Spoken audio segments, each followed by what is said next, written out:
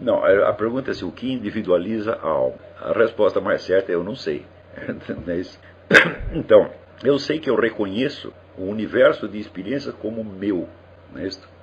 Quer dizer, eu sou o sujeito agente. Eu sei que eu não sou apenas um registro passivo de coisas que acontecem. Então eu me aproprio de certos conhecimentos e os considero meus. É isso que me permite dizer que eu tenho uma individualidade. Não é isso?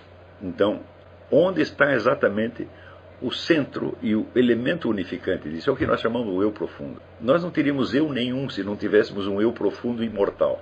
Porque tudo o que eu tomo conhecimento, seja no mundo externo, seja em mim, é fragmento. E se tudo é fragmento, como é que um fragmento pode unificar outros fragmentos? Tá entendendo? Mesmo os elementos mais duráveis da minha experiência psíquica, eles também são fragmentários. Então, é aí que eu pergunto, como é que de tudo isso que chegou ao meu conhecimento, isso que eu experimentei, senti, pensei, recordei, desejei, etc, etc, etc, aonde está esse meu centro, onde eu digo que isto é eu? Isto não pode estar dado no próprio plano da experiência psíquica, no próprio nível da experiência psíquica, porque ela é toda fragmentária. Mas, e se ela é toda fragmentária, então como se explicaria o simples fenômeno da memória? Né? Como é que eu posso recordar duas coisas que aconteceram para mim em épocas diferentes, se entre elas não há conexão? E se cada uma dessas experiências em si foi fragmentária, e se a própria recordação que eu estou tendo delas agora também é fragmentária? Né? Então, nada em mim permite me identificar a mim próprio como uma substância existente, a não ser que essa substância realmente exista, né, num plano que não é normalmente acessível à experiência, mas que está presente em toda a experiência. Kant diria um transcendental, tá certo? Quer dizer, ele define como transcendental aquilo que está antes da experiência, aquilo que possibilita a experiência, e que só se revela no curso da experiência, mas que não depende dela. Só que eu digo, esse transcendental não é tão transcendental assim, porque em certos momentos eu posso ter a vivência disso. Essa vivência não é expressável em palavras, eu não posso transformar num conteúdo, e não posso transformar nem num conteúdo de memória. Quer dizer, a minha experiência do meu eu profundo não pode ser recordada, entre aspas, porque só é recordado aquilo que se torna objeto de memória. Portanto, quer dizer, aquilo que é abrangido pela memória, aquilo que é menor do que a memória está, por assim dizer, dentro dela. Quando o eu profundo, a memória inteira está dentro dele. Então, a experiência do eu profundo não pode ser recordada, só pode ser repetida. Está entendendo? Então, uma vez que você tem essa experiência, você não vai se recordar dos conteúdos dela, você vai repetir a mesma experiência. Né? E ela será sempre a mesma. Porque ela é como, vamos dizer, eu só encontro uma imagem para designar. Ela é como se fosse uma melodia eterna que está tocando dentro de você. É uma espécie de uma massa de sentimentos que prossegue inabalavelmente o mesmo. E essa massa de sentimentos toma sempre a figura, vamos dizer, de júbilo e de poder, onde você percebe que você tem um poder sobre todos os conteúdos da sua consciência e um poder que se estende ao próprio mundo exterior. Você tem o poder de fazer acontecer coisas. Eu digo, esta é verdadeira. Bom, essa experiência ela é tão fundamental e tão impactante que você pode chegar a uma conclusão tipo nova era. Quer dizer, eu sou a única realidade, o meu eu pensante é o centro de tudo, mas em seguida você percebe que este eu profundo, que é o que unifica tudo e que existe, por assim dizer, acima do tempo, ele também não tem em si o fundamento da sua própria existência, porque ele pode perguntar, de onde eu surgi? O que me sustenta na existência? Deve haver ainda algo mais profundo do que eu mesmo. Este algo mais profundo, a única relação possível que se pode estabelecer com ele, tá certo? É a relação de amor e gratidão sem fim. É a única que existe.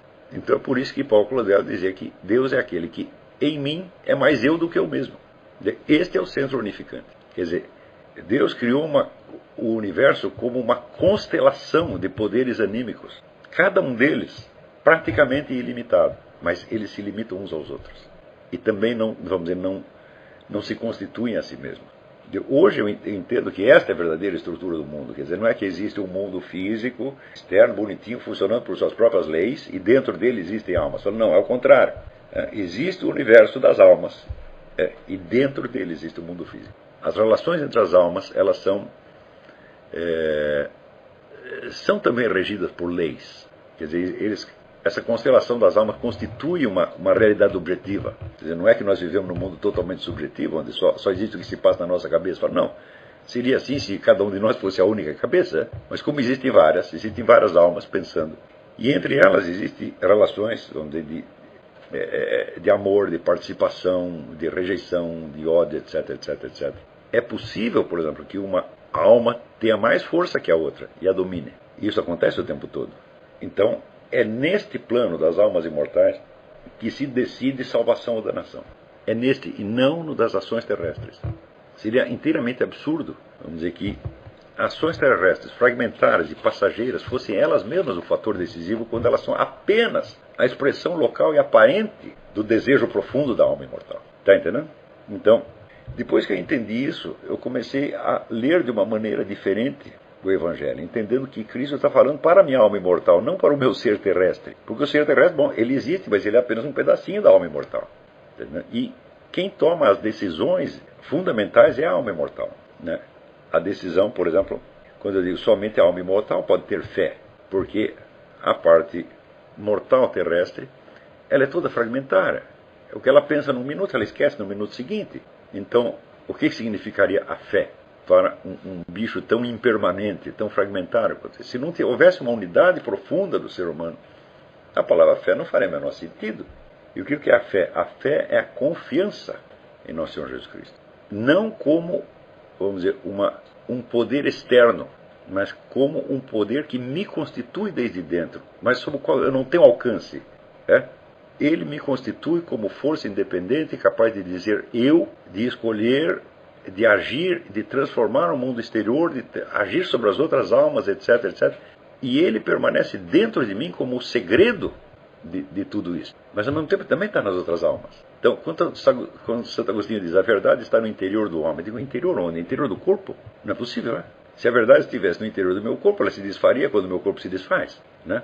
Então, por exemplo, 2 mais 2 é 4, é uma verdade. Como é que isso pode estar no meu interior, se por interior eu entendo a corporalidade terrestre? Não faz o menor sentido. Então, no dia seguinte que eu morresse, 2 mais 2 passaria a dar 5 ou 6 ou quanto quisesse. Então, não é possível isso. Então, é no interior do repertório de poderes da alma imortal, como uma dimensão ainda mais profunda, tá certo? A qual você não tem acesso cognitivo, mas tem acesso mediante o amor. Está entendendo? É por isso que eu digo, bom, se a coisa decisiva em nós é a escolha fundamental que a nossa alma imortal faz, os atos terrestres não são tão importantes assim. São importantes como expressões da vontade profunda da alma imortal. Aí sim, muitas vezes eles expressam o horror que você tem da sua própria alma imortal. Expressa a autoliquidação da alma imortal. Quer dizer, você está agindo como se você quisesse matá-la. Quer dizer, você não aceita a sua existência, poder autônomo que te foi conferido pelo amor divino. E você não aceita porque você não aguenta, porque é grande demais para você. Está entendendo? Então, hoje, eu entendo que todos os elementos da moralidade devem ser entendidos neste plano. Não no mero plano da conduta, ao qual o Estado e a legislação civil têm acesso. Então, é claro que também se a sua alma imortal tem, vamos dizer, o poder até de provocar acontecimentos no mundo exterior, de provocar acontecimentos psíquicos em outras pessoas, ela também tem o poder, vamos dizer, de reformar e melhorar a sua conduta na Terra. Mas essa capacidade é limitada, porque existe a constituição do mundo físico que não foi você que fez. Então aí você tem, existe uma espécie de colaboração entre os poderes da alma e os poderes de Deus. Às vezes, a alma imortal tropeça nas próprias limitações da sua psique terrestre. E às vezes leva um baile. Então, aí é justamente o pecado original. Se a nossa alma, a psique terrestre, estivesse inteiramente à mercê da nossa alma imortal, nós estaríamos no paraíso terrestre. Mas acontece que dentro da nossa psique terrestre existem elementos que não somos nós. Existem elementos que são hereditários. Existem elementos que são determinados pela composição química do que você come né? Existem elementos semânticos que se impregnaram da sociedade toda. Então, no nosso ser terrestre, só uma parte somos nós. A outra parte é a nossa parte impessoal. Isso se traduz, por exemplo, no fato que todo mundo tem um nome e um sobrenome. Né? O seu nome individualiza você, mas o seu sobrenome mostra que você é membro da família. Você tem uma hereditariedade que remonta até pontos que você não sabe. Por exemplo, quando eu estudo as obras do Lipuzzondi, né, fui ficando cada vez mais impressionado com o poder que a herança dos antepassados tem sobre a sua conduta. Isso não é, vamos dizer, a sua alma imortal. É o substrato material da sua existência terrestre. E você tem um certo poder sobre isso, mas não muito. E, em geral, vamos dizer, essas dificuldades, essas contradições da sua psique terrestre te mantém ocupado o tempo todo. E você chama isso de eu, sem lembrar que que tudo isso são elementos soltos, que você jamais poderia sequer chamar de eu se não existisse por baixo deles um eu mais profundo, permanente. Tá entendendo? Eu espero que tudo que eu esteja falando se torne óbvio, sem que eu precise provar. Eu não posso provar nada, eu só posso descrever, e as pessoas que ouvem falam, é assim mesmo, eu observo que é assim. Talvez o que eu estou dizendo não é tudo, mas é sempre assim. Então, é por isso que, vamos dizer, uma atenção excessiva aos problemas da psique terrestre só pode te desviar do que é essencial. E esses problemas constituem, vamos dizer, quase que a totalidade das nossas preocupações no dia a dia, e eles constituem a substância do juízo moral que nós fazemos de nós mesmos e dos outros.